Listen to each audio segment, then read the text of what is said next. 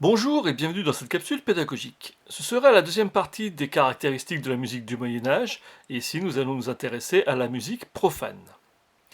Alors pour commencer, on va écouter attentivement un extrait de la chanson Sir Quench Geviele, qui est composé et écrit par Colin Muset, musicien et poète du XIIIe siècle.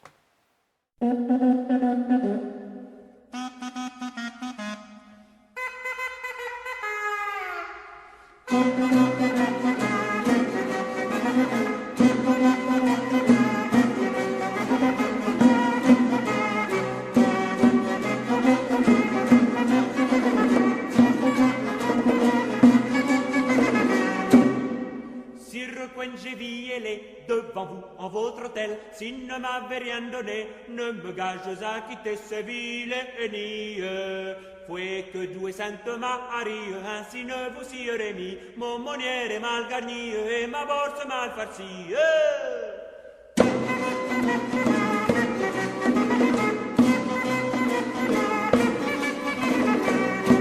Sire Quench commandé, de moi votre volonté, sire s'il vous vient à gré, un biodon car me donner par courtoisie, car talent et non d'ottémie, de râler à ma ménie, quand j'y vois bourse dégarnie, ma femme ne me remit.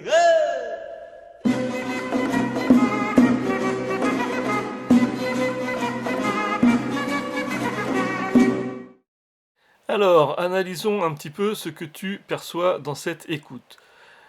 On entend une voix seule. Cette voix, c'est une voix d'homme. Bien.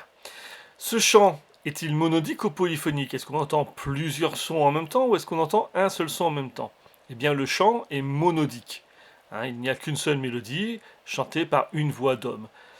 Cette chanson est-elle a cappella ou accompagnée d'instruments? Alors attention, là, il y a un petit piège, puisqu'on entend des instruments.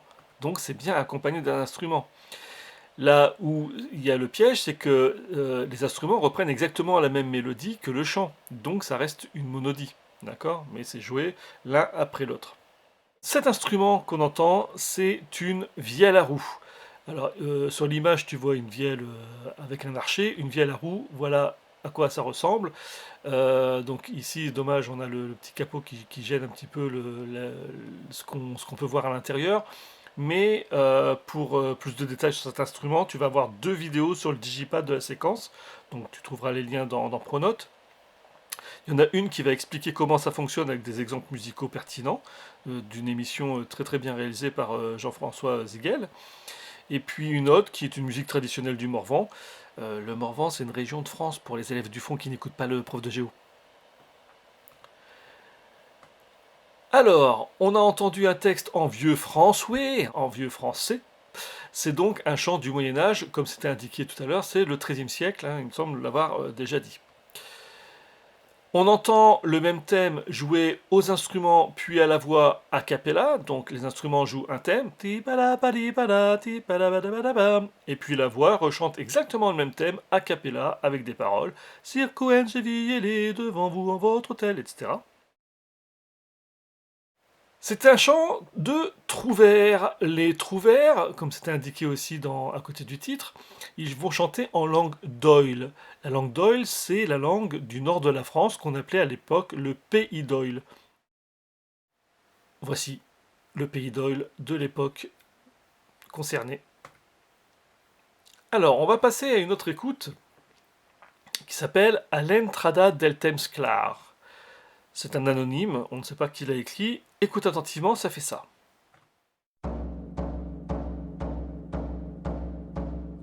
All'entrata del temps clar, e per gelo si ritar, per gioia recominciar, vuol la regina mostrar che le sia amorosa, alla via,